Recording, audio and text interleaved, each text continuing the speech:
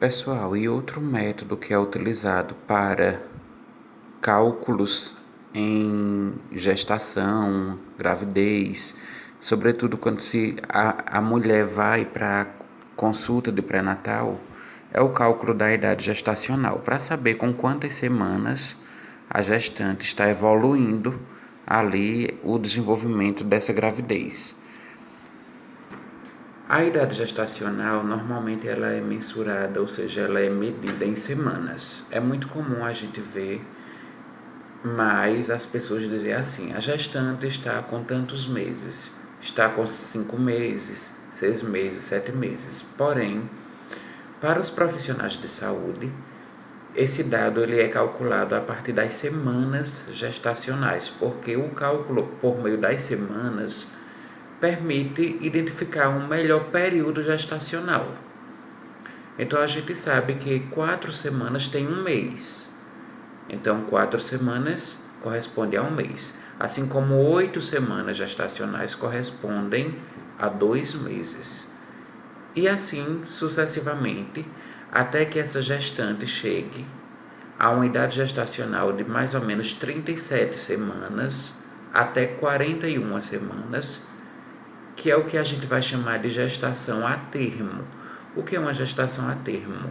É uma gestação em que já houve a completa maturação do feto e a qualquer momento poderá haver o período expulsivo, que seria o trabalho de parto para que esse bebê ele venha a nascer.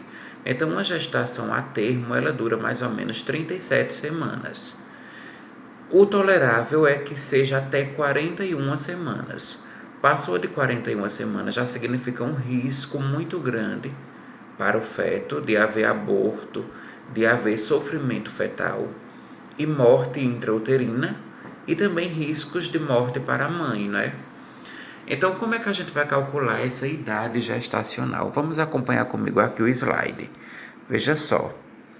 Assim como para o cálculo da data provável do parto, para calcular a idade gestacional, nós vamos precisar da DUM, que é a data da última menstruação, certo? É aquela datazinha que a gente pergunta à gestante, como eu expliquei no vídeo passado, quando foi a última vez que você menstruou? Então essa data ela é referida pela gestante. Vamos pegar o exemplo aqui da nossa gestante que teve data da última menstruação no dia 26 de fevereiro. O mesmo exemplo eu peguei da mesma data de última menstruação do outro exemplo da mulher para calcular a DPP, certo? Então aqui é a DUM da gestante, 26 de fevereiro de 2020. O que é que a gente vai fazer aqui agora? Primeira coisa, vamos ver quantos dias em fevereiro, de acordo com a data que ela informou, quantos dias essa mulher esteve grávida. Aí aqui veja só, se fevereiro tem 28 dias, coloquei aqui 88. Fevereiro tem 28 dias, nós vamos subtrair 28 de 26. Então, 28 menos 26 dá 2 dias. Então, vamos colocar aqui 2 dias em fevereiro. Aí agora a gente vai fazer uma contagem cronológica. Desde essa data inicial, que foi quando a mulher provavelmente engravidou, até os dias atuais. Vamos considerar hoje, dia 10 de outubro, como o dia atual, certo? Hoje, porque é a nossa aula, dia 10 hoje, então vamos fazer uma data, desde aqui o dia 2, que estima-se que a mulher tenha engravidado nesse dia, até os dias atuais. Então, o que é que a gente vai fazer? 2 dias em fevereiro, né? Porque houve essa subtração, 28 menos 26, 2. Aí nós temos 31 dias em março, nós temos 30 dias em abril, e aí a gente vai contando os meses, certo? Até chegar na data atual. 31 dias em maio, 30 dias em junho, 31 dias em julho, 30 dias em agosto, aliás, 31 dias, né? Agosto é de 31, 30 dias em setembro e, hoje que são 10 dias em outubro. O que é que a gente faz aqui? Uma soma. Vamos somar todos esses dias aqui referente aos meses de gestação, desde o dia 26, né, em fevereiro, que são 2 dias em fevereiro, até os dias atuais. Essa soma toda aqui eu já fiz no nosso exemplo e deu 226 dias. Então vamos colocar o resultado aqui embaixo, 226. E agora, para finalizar o nosso cálculo de idade gestacional, a gente vai fazer uma divisão. Vamos pegar esse valor encontrado da soma aqui dos dias, né, dos meses, dividido por 7. 226 dividido por 7 dá, vocês vão ver, quando vocês calcularem, dá 32 semanas. Por quê? Aqui a gente faz isso, ó. O número que divida 22 para dar o número que divida 22 por 7 seria 3. 3 vezes 7, 21. Para 22, 1. Baixa 6. E aí o número para dividir 16 por 7 seria 2. 2 vezes 7, 14. Para 16, 1. Então aí, veja que aqui encerra-se a divisão porque 1 não divide mais para 7. Esse 1 que sobrou aqui, eu coloco uma vírgulazinha aqui e coloco ele aqui na frente. Por quê? Significa que a minha gestante está com 32 semanas e 1 dia de gestação. Então, essa é a idade gestacional da minha gestante aqui do exemplo, atualmente com 32 semanas e 1 dia. Bom, gente, é um cálculo fácil, é um pouco mais extenso do que a data provável do parto, mas é fácil, não é difícil, e vocês podem ir treinando, tanto que vai ter também os nossos exercícios, para que vocês façam esse cálculo de data provável do parto e idade gestacional. Veja só, para finalizar aqui a aula de pré-natal, essa primeira parte da aula, né, porque nós ainda temos a outra aula da tarde, então vamos falar um pouquinho sobre os exames que são solicitados para a mulher que está com suspeita de gravidez. A mulher ela faz o teste imunológico da gravidez, que é o TIG, é o mais indicado e é o mais confiável, porque ela vai coletar uma dosagem de sangue da mulher e vai contar ali naquela dosagem de sangue a quantidade do hormônio beta-HCG. O que é o hormônio beta-HCG? É o hormônio coronariano, que é o hormônio produzido e secretado apenas no período gestacional. Então, é o hormônio beta-gonadotrofina coriônica, que ele somente é secretado pelas mulheres no período gestacional. E se der beta-HCG positivo, não tem erro, significa que a mulher está grávida. Outros exames confirmatórios da gravidez são a ultrassonografia obstétrica, como eu falei, né, nos sinais de certeza, a visualização do embrião em ultrassonografia já confirma a gravidez. E nós temos também os testes de farmácia, que são esses que as mulheres elas fazem corriqueiramente quando elas têm alguma relação sexual desprotegida, então elas ficam com medo de ter engravidado e devido a isso elas recorrem ao teste de farmácia. Só que o teste de farmácia ele não é 100% confiável, que às vezes ele costuma dar um falso positivo ou um falso negativo e a mulher ali vai ter um resultado que não é verídico. Então, por isso que teste de farmácia deve ser evitado e a mulher deve procurar os serviços de saúde para realizar esses outros exames mais precisos. E também temos os sinais de certeza durante a consulta de pré-natal, ou seja, se a mulher não fez nenhum exame confirmatório Mas se essa gravidez já está avançada, ou seja, já houve o crescimento uterino, o profissional de saúde já consegue auscultar os batimentos cardíacos, então isso também confirma a gravidez. E o que seria uma gestação de alto risco? Quando é que essa mulher ela deve ser encaminhada da unidade básica de saúde até a consulta de pré-natal de alto risco com o profissional obstetra? Primeiro, gestação de alto risco é a condição pela qual a gestante, o concepto, ele tem um potencial para desenvolver alguns problemas de saúde.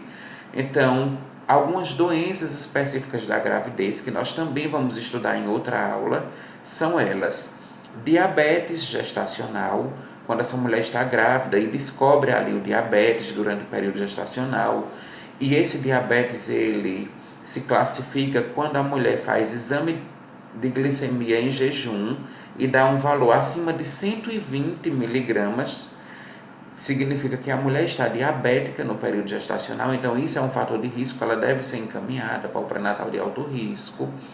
Outras situações que indicam situação de risco: hipertensão na gravidez, então mulheres com hipertensão arterial superior a 140 por 90, não é? Que é 14 por 9.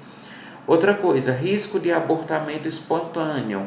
A mulher de repente começa a sangrar. Então, o sangramento na gravidez é um risco muito grande para aborto. Por isso, a mulher deve ser encaminhada urgentemente no serviço de urgência obstétrica e também para o pré-natal de alto risco. Outras situações, gestante HIV positiva.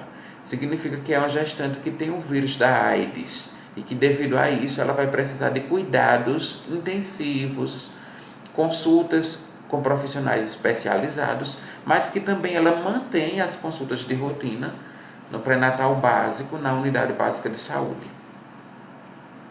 Outras situações que classificam gravidez de risco: gestante com hepatite B ou hepatite C, né, que são dois tipos de vírus muito agressivos ao fígado e que também provocam malformações no feto. Gestantes com algumas outras infecções, como toxoplasmose, sífilis, gestante epilética, que tem problemas neurológicos, e mola hidatiforme. A mola hidatiforme é um problema gestacional em que a gravidez ela não se desenvolve dentro do útero, ou seja, intrauterina, mas é uma gravidez extrauterina, né? Então, isso é uma situação de extrema urgência. A gestante ela deve ser encaminhada o mais rápido possível para acompanhamento. Outra coisa que indica gestação de alto risco é gestante vítima de violência doméstica. Então é aquela gestante que apanha do marido, que sofre sucessivas agressões, ela deve ser encaminhada para o pré-natal de alto risco. Quadros psiquiátricos na gestação, então a gestante em surto, né, com transtornos mentais evidentes, isso classifica uma gravidez de risco também, e outras infecções do período gestacional. E quais são, por último, as atribuições do técnico de enfermagem diante da gestante?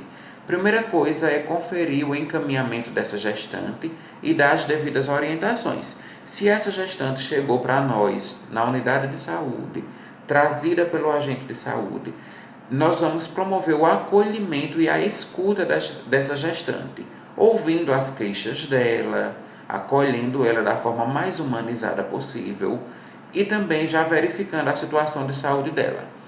Outra coisa que o técnico de enfermagem faz é a triagem. Todas as vezes, quando essa mulher vem para a consulta de enfermagem, né, que é feita com o enfermeiro, a consulta de enfermagem, que fique assim, eu vou frisar bem essa parte, porque vocês técnicos não são responsáveis pela consulta de enfermagem. Quem consulta a gestante é o enfermeiro, né, que vai verificar ali a altura de fundo de útero, vai escutar o coraçãozinho do bebê, vai solicitar exames, vai verificar a presença de edemas, vai fazer o exame ginecológico. Então isso tudo é o enfermeiro quem faz. E o técnico de enfermagem ele faz a triagem, que essa triagem consiste na verificação do peso, na medição da altura, a mensuração da pressão arterial e também a glicemia, que essa glicemia é o testezinho para ver como é que está a glicose no sangue, feita com um glicosímetro, né, com um aparelhozinho que tem as fitas, testes, vocês conhecem, acredito que já conheçam. E a glicemia ela pode ser feita tanto em jejum ou não, de preferência que seja em jejum, porque a gente vai utilizar aquele parâmetro. Glicemia normal vai até 99. Intolerância à glicose, quer dizer, um pré-diabetes ali, um fator de risco, vai até 119. E glicemia em jejum, 120 ou acima de 120, já classifica a mulher como diabética. Então, é um diabetes gestacional.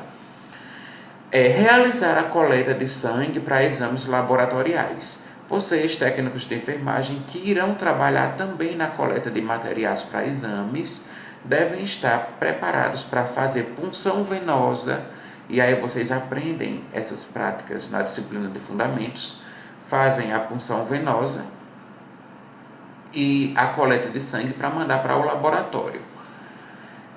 Receber o relatório de contrarreferência do serviço de pré-natal de alto risco, ou seja, quando essa mulher ela vem do serviço de alto risco, ela traz um relatório do médico obstetra que atendeu ela, e vocês, técnicos de enfermagem, podem pegar esse relatório e encaminhar para o enfermeiro e anotar também em prontuário esses relatórios sobre a situação da mulher, sobre os tratamentos indicados, cuidados básicos de saúde, de higiene, as medicações que ela usa. Então, tudo isso vocês podem estar anotando no prontuário dessa gestante. E, por último, envolver a mulher na participação do pré-natal básico, na unidade básica de saúde e nas atividades educativas. É muito importante manter atividades educativas por meio de palestras, de orientações em grupo ou individuais para essa gestante. E também uma outra atribuição que não está aí no slide, mas eu vou citar aqui,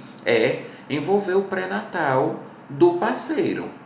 Que o homem, o esposo, o companheiro dessa mulher, que ele também esteja presente em todo esse ciclo dos cuidados maternos e gestacionais, mas que o homem também, ele, como eu falei nas primeiras aulas de saúde da mulher, que ele seja envolvido nesse processo, porque é importante que o homem faça exames, veja como é que está também a saúde do pai, porque muitas infecções elas são transmitidas por meio do parceiro sexual, que vai transmitir ali aquela infecção, aquela doença para a gestante, certo? Então, envolver o pré-natal do parceiro também nesse processo.